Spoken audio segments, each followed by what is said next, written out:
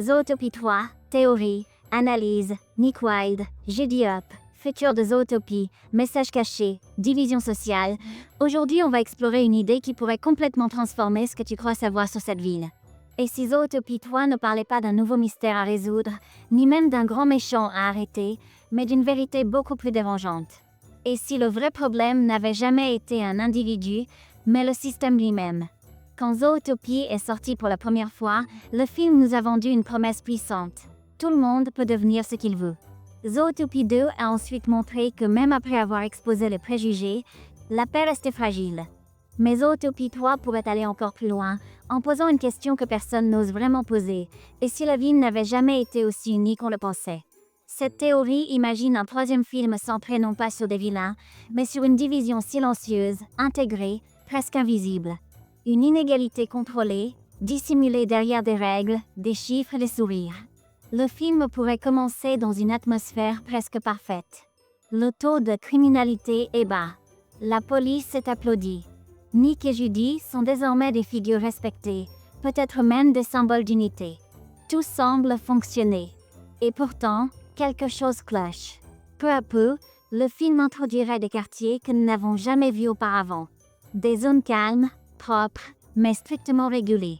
Les déplacements y sont surveillés. L'accès est contrôlé. Et très vite, un détail saute aux yeux. Certaines espèces vivent presque exclusivement dans certains districts. Pas par hasard, par choix politique.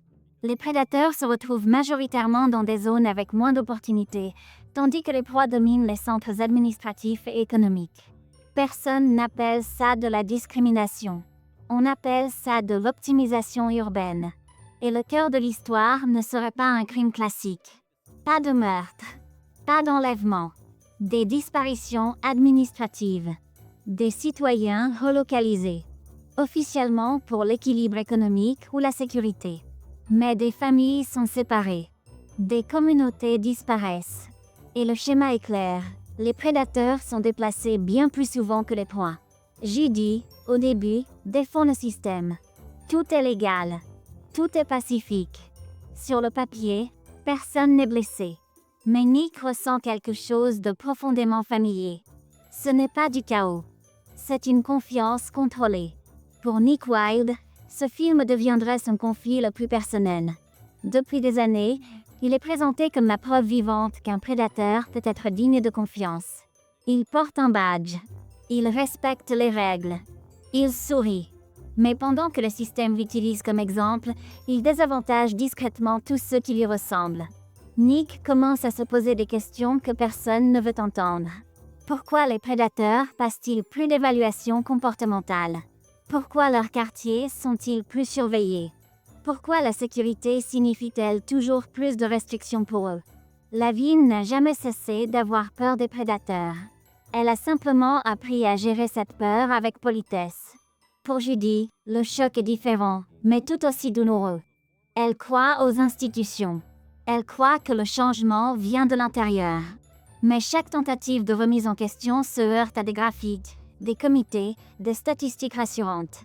Personne n'est ouvertement cruel. Personne n'est ouvertement raciste. Et c'est justement ça le problème. Judy doit accepter une idée difficile.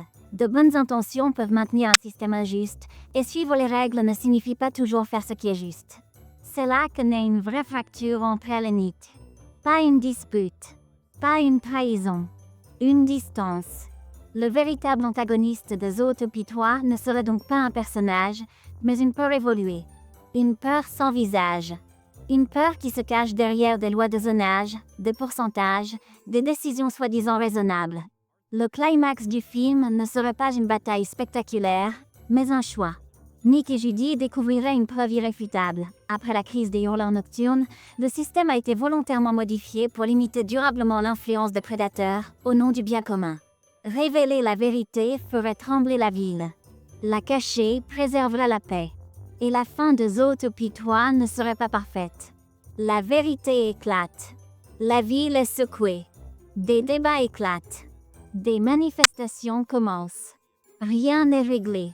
Mais pour la première fois, la division est visible, donc impossible à ignorer. Nick et Judy ne sauvent pas Zootopie. Il l'oblige à se regarder en face. Et le message final serait plus mature que jamais. L'unité, ce n'est pas faire semblant d'être égaux. C'est choisir d'affronter les inégalités ensemble.